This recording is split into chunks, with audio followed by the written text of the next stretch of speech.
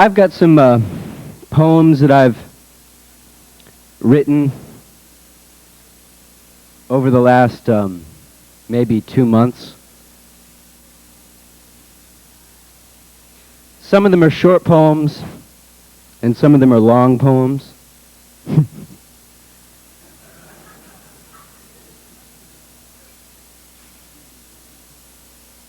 Dark night on placid water, illuminated motion by boat light. Stars look like small lights stuck on black canvas. Wind is a movement here, a movement of salt mist air on broad canvas. Breath of infinity brings mild recollections with him to the round glass overlooking horizon.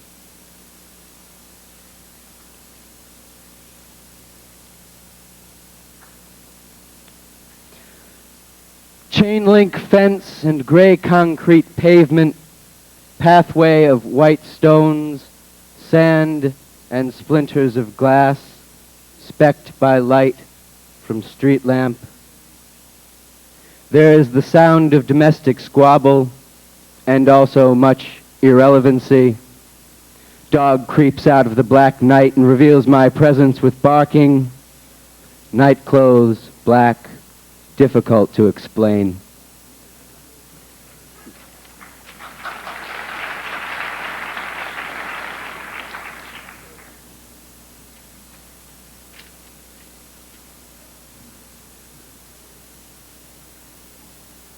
Milk rose to the status of precious commodity, though it was contaminated mostly with greed. White milk afloat amid blue sky spring.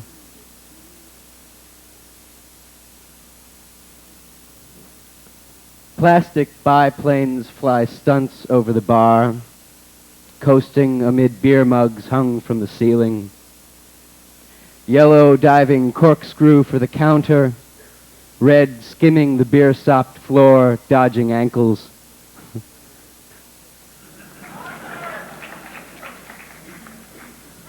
Not so close to the mic.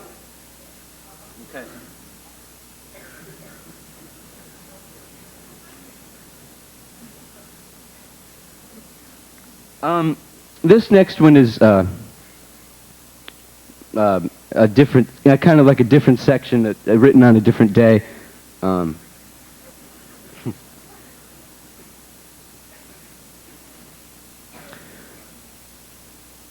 Sunlit Midwest afternoon street, 88 traffic, 88 taxi cabs and buses. I becomes the positional instrument of Daniel, the prophet boy, sitting high, writing verses in Babylonian captivity.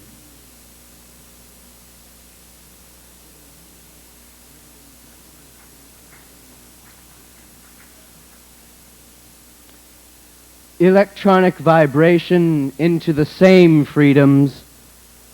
Take a left at the corner in affluent residential neighborhood. Guaranteed electronic bare feet status. And unprovoked afternoons. What's next?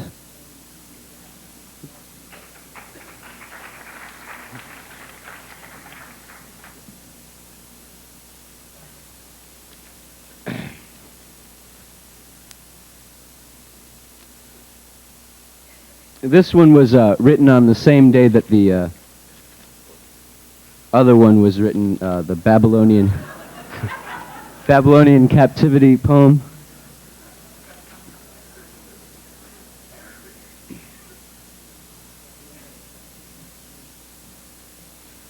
Another pair of eyes, irrelevant immensities become relevant. Blue sky through the metal frame of rooftop hotel sign.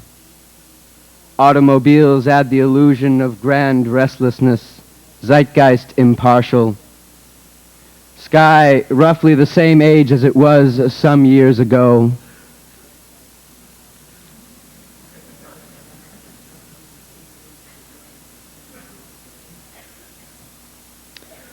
The law spreads out like a thin sheet of plastic over paved regions.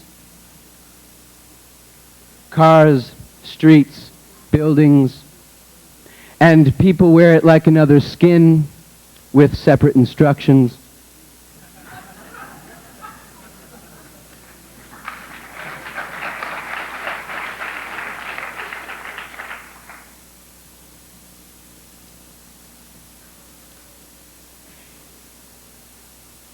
Yellow haze by afternoon sun on Midwest March smog. California, Saturday, summer vacation, beach freedom, eternity for me, while everyone else is working.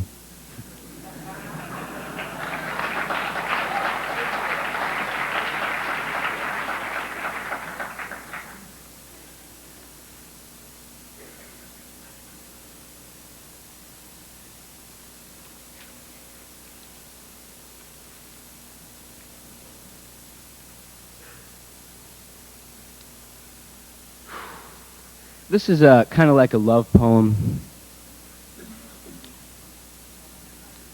She seems quite multidimensional. She creases the space between her eyebrows, and she looks as if she can't believe her eyes. But if you were to ask me, who stole your bike, I would tell you my suspicion rests with her.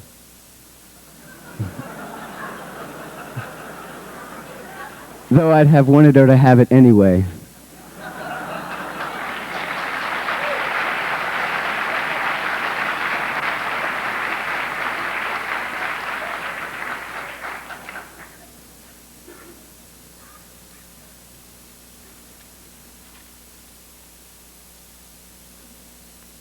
This is a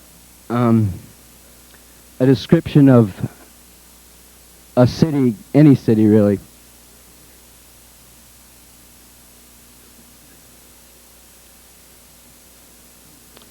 A complex organism, skin of concrete, bones of steel, backbone of brick and mortar, nervous system of humanity, flow of cash, flow of oil, flow of traffic, flow of blood, intake of domesticated animals, respiratory system borrowed, modification of central nervous system to include mechanical appendages.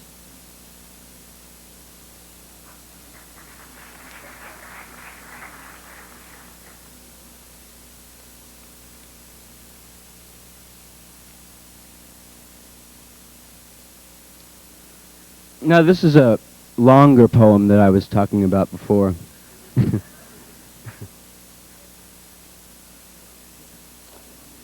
Sitting in a room full of cigar smoke, the thought of voicing her name, or else whisper it, or else think it content somewhere in obscure regions of memory, among the fathers and the housebound mothers of the obscure past, the obscure present, lit by kerosene lanterns and candles.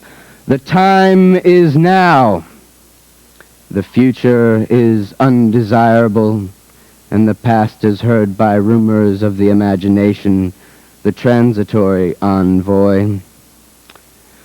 But among card players, and most of them drunk, reminded of my duty here, now, to place stacks of poker chips on the counter, after separating them and grouping them into piles of 20 chips each, grouping them also according to color.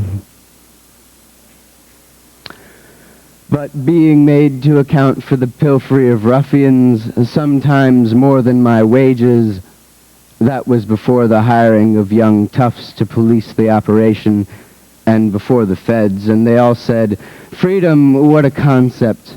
There were some boys from school, and they mocked him because he mocked himself, and they got a pigger take from the till. But taking a bottle home with him to write 3 acts of a play in which apes play humans, or else humans play apes, depending on the perspective, and thus to mock our affairs, including marriage and ordination, but also congressional proceedings, and of course, the Electoral College. But able only to etch her name on the passing wind, not gesturing there. The molds of iron endure with a rust surface, resisting the wind with passive activity. Or else they leave their marks there of oxidized metal, square stain on honey stone, faded immeasurably across 1,200 seasons. Another race of supermen, and pride also. And Christs will be painted with wooded garments concealing ancient afflictions, walking roads paved by the seasons of packed earth, smooth stones pushed down by the forces. But the exploratory gears have not been, though new rumblings can be heard there, borne by corridors, the electric buzz there, and 1,000 white doors also. Corridors ending at unguarded stairwells, corridors of white walls and glossy white. Row of stainless doorknobs, nothing but the occasional interruption of the vacant elevator. The automatic whir of ventilation systems, timed across irrelevant afternoons. Gray stairwells hum with the churn of machinery, heavy machinery, weighing perhaps 500 million tons. Cement steps with inlaid steel ascend along vast pipelines, color-coded pipes and white pipes, some of them as wide as ox carts, winding upward, some with black insulation. The tight shiver of the endless vibration, warm walls by invisible automation, an illusion secure by thick walls, hidden though anyone may come here, go there. However, most do not, ignoring literally 100,000 square miles of unguarded floor space, not to mention the overabundance of unoccupied offices, most of which aren't even locked.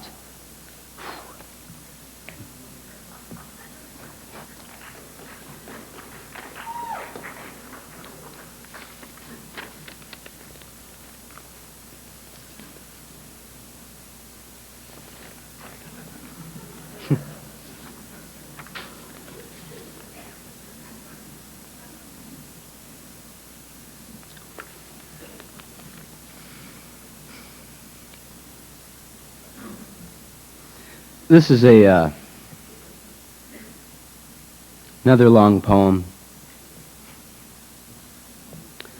I said to Chesterfield Square, I said to him, certainly like a faun at times, we were sitting on the steps of the church in the south of France, 1716 A.D., after smoking tobacco mixed with opium, drinking water from a clear green bottle. Most roads of stone, some though of dirt, the farther one goes from the center of town.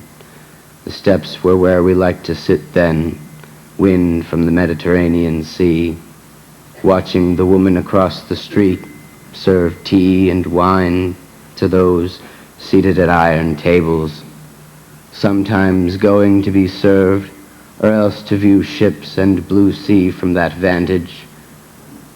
And Chesterfield, you'd most likely do well to forget her, Square, had thought that I had long since forgotten her, and without realizing it already I had, where Loki had tricked the devil out of death by insisting that he should remain alive, where I again heard the song of her voice box amid the faint water of the fountain. But her image you fail to envision, yes? It is true. She is veiled in my mind.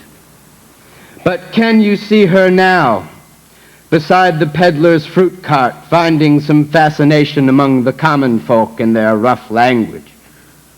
Yes, she speaks with them, but her manner issues walk there, flotsam and refined, but also she wears plain clothing. He had a little prayer that he would recite each time before begging for money, and a little dance to exalt Hermes, as he said, and to signify his generosity. And he was always drunk. What's that? I said he was always drunk. He stank of alcohol. Yes, but he wasn't stupid drunk. Yes, not that, but he would ask for money. And you would say you were broke, or else you would give him money if you had it. Yes, but sometimes he wouldn't believe me if I said I was broke. Yes, he wouldn't. And he would hang out for hours, all day sometimes, and he laughed out loud when he saw you beg for wine. Yes, and he would go around to the same folks asking for wine that I had asked. Yes, and he would come back with a large glass full, but sometimes it was mostly water. Yes, or else a flask of wine he would bring back to the table, or else wine mixed with opium. And the barmaid would come to clear the table of glasses, and you were struck silent because you knew by her smile that she had mixed the wine, but you could not speak because of her beauty. Yes, and when it came time for you to sing, you were gazing at her without knowing it. Yes, and I was embarrassed afterward. But when the time came for her to sing, I was not ashamed to look at her. Yes, you were not ashamed, nor was I. But he came back to the table and made a crude joke. Yes, and it upset us both, and we couldn't invite her over because of his abusive manner. Yes, but she came over anyway, with wine and a flask also of water, and he fell silent. Yes, that was because he had drunk too much, and he went outside to sleep it off. Yes, and she said she would come by sometime. Yes, and neither of us knew what it meant. But then the stars, yes, but then the town fell silent. Stars showed a brilliance against the black night sky, and there was no one left to talk to. You went to your bed, and I slept out in the field that night because I couldn't find anyone to talk to.